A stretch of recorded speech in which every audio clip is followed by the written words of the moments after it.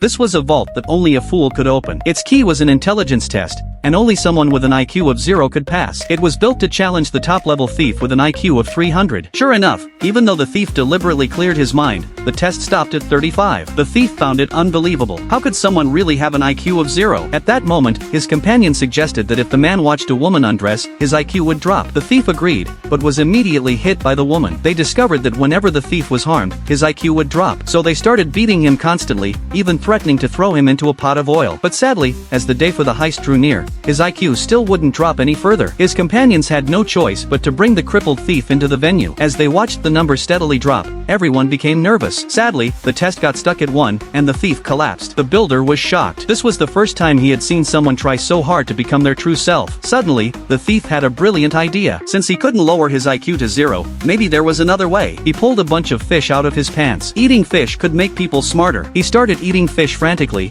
and the number kept rising. Eventually, the test was damaged by his rising IQ. But at that moment, the thief's IQ dropped to 0. There was truly only a step between genius and an ordinary person. Seizing the opportunity, the sheriff arrested the foolish thief. But even with 1,000 policemen guarding him, he easily escaped by digging a hole. After escaping, the thief chose to surrender, asking the police to lock him in a 1-meter-thick metal prison. He thought this would prevent him from escaping, but the next day, he disguised himself as a priest praying for criminals and broke out again. The police sent him to a solitary island in the Pacific Ocean, where the cautious sheriff personally guarded him. This time, even though the thief had an IQ of 300, he was unable to escape. In despair, he realized that none of his companions even tried to save him. The thief was losing his mind. Without freedom, he would rather starve himself. A month later, the thief fainted from hunger. The sheriff took the key to rescue him, but then hesitated, fearing it was part of the thief's scheme. He kept struggling with the decision, until the thief died of hunger in the prison. Finally, the sheriff let down his guard and opened the prison door. But when he went in, he was stunned. The body in front of him was gradually stretching,